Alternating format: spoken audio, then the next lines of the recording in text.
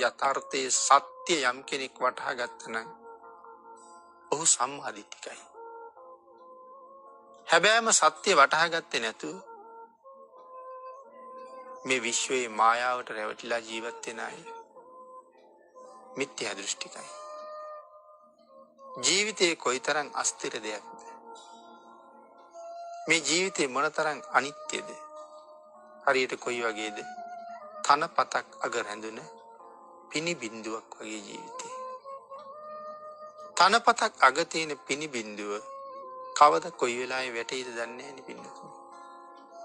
මේ ජීවිතේට මරණයට තැනක් තියෙනවද? මරණයට වෙලාවක් තියෙනවද? මරණය සිද්ධ වෙන හේතුව මොකක්ද කියලා අපි දන්නවද?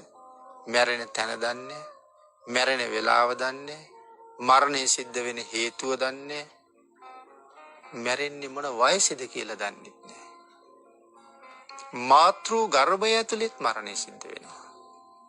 උපදින අතරමඟත් මරණය සිද්ධ වෙනවා. ඉපදිලා තප්පරයකින් දෙකකින් තුනකින් විනාඩියකින් පැය භාගයකින් පැයකින් මරණය සිද්ධ වෙන්න බැරිද? මරණය සිද්ධ වෙනවා. අවුරුදු 10කින් අවුරුදු 15කින් මැරෙන්න බැරිද? එහෙමනම් ගත වෙන තප්පරයක් ගානේ මරණයට හේතුව තියෙනවා. නමුත් ඔබ ළඟට මම ළඟට තවම මරණය ආවේ නැහැ. නමුත් මේ ධර්ම දේශනාව ඉවර වෙනකන් අපි ජීවත් වෙනවා කියලා ස්ථිරවම ප්‍රකාශ කරන්න පුළුවන්කමක් නැහැ. අන්න ඒ තරම් අස්ථිර ජීවිතයක්. දවල්ට ආහාර අනුභව කරලා නම් ආවේ මේ ලෝකේ ගත්ත අන්තිම කෑම වේලේ ඒක වෙන්න බැරිද? ඇඟපත සෝදගෙන ඇඟලා ගත්තා නම් අලුත් ඇඳුමක්. මගේ අතින් වස්ත්‍රයක් අරගෙන ඇඟලා ගත්ත අන්තිම මොහොත වෙන්න බැරිද මේ ඇඳලා ඉන්න මොහොත? හෙට වෙනකොට අතපය කොර වෙන්න පුළුවන්. මානසික මට්ටම් වෙනස් වෙන්න පුළුවන්. ඒවට හේතු ඕන තරම් යෙදෙන්න පුළුවන්. එහෙම නැත්නම් අද අන්තිමට මේ ඇඳුම ඇඟට දාගත්තා. ඊළඟ දවසේ සමහරලාට මරණින් පස්සේ දේහය හදන වෙලාවට කෙනෙක් වස්ත්‍රයක් භාග වස්ත්‍රයක් ඇඟට දාන්න පුළුවන්.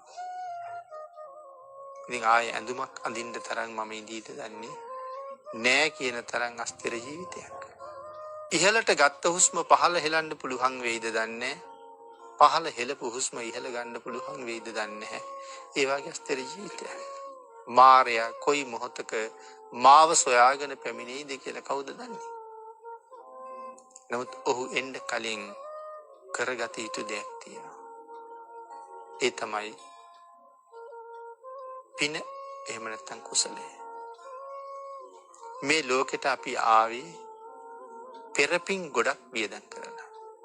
මෙලව උපන් කෙනෙක් කරගත යුතු මූලිකම දේ තමයි තෙරුවන් සරණ යන එක. ඉද මෝදති පෙච්ච මෝදති කත පුඤ්ඤෝ උභයත්ත මෝදති. පින්කල තැනැත්තා මෙලවත් සතුටු වෙනවා, පරලොවත් සතුටු වෙනවා.